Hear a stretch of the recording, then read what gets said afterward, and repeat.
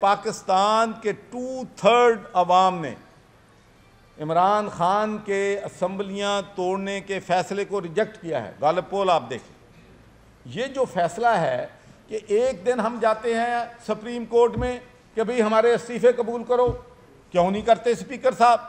پھر ہم supreme court میں جاتے ہیں جی ہمارے استعفے قبول کیوں کیے ہیں؟ وہ بھئی سوچ سمجھ کے پہلے فیصلہ کرو، پھر کہتے ہو جی میں سمجھتا ہوں کہ پارٹی کی میجارٹی جو تھی پارلیمنٹیرینز کی، وہ قطعی طور پر نیشنل اسمبلی سے استعفے نہیں دینا چاہتی تھی۔ پارلیمنٹیرین کی میجارٹی جو ہے پنجاب میں اور کے پی کے میں اسمبلیاں نہیں توڑنی چاہتی تھی۔ اور پھر یہ کہا جاتا ہے، جو میں نے بہت سی باتوں پہ سرپرائز ہوا ہوں، لیکن جو سب سے ہٹ سرپرائز ہے میرے لیے کہ میں نے باجوہ صاحب کے کہنے پہ اسمبلیاں جو ہیں چڑھی، باجوہ صاحب تو 6 مہینے پہلے چلے گئے نا گھر۔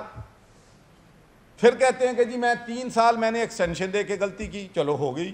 پھر پریزیڈنٹ کے ساتھ جب ملاقات ہوتی ہے تو کہتے ہیں کہ ایک اور انسٹرکشن میں آپ کو آفر کرنے کے لیے تیار ہوں۔ اور اب بھی اگر آپ ان کے مشورے مان رہے ہیں تو پھر ان کو میر جعفر، میر صادق، غدار کیوں کہتے ہیں؟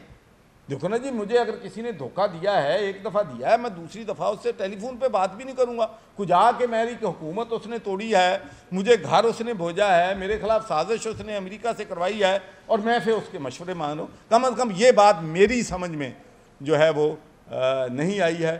تو میں تحریک انصاف سے بھی اپیل کروں گا، میں مولانا فضل الرحمان صاحب سے بھی اپیل کروں گا کہ خدا کے لیے پاکستان کے لارجر انٹرسٹ میں، پاکستان کی بقا کے لیے، اگر اور کچھ خیال نہیں تو پاکستان کے غریب عوام کے لیے جو سب سے زیادہ سفر کر رہے ہیں، ان کے لیے ایک پلیٹ فارم پر ہم اکٹھے کریں اور فیصلہ کریں کہ کب الیکشن ہونے ہیں، رولز آف دی گیم کیا ہوں گے، پھر اور امپارشل جو ہے الیکشن ہوں گے، اور انشاءاللہ ہماری پارٹی جو ہے مذاکرات کے لیے ساری چیزوں کو سپورٹ کرے۔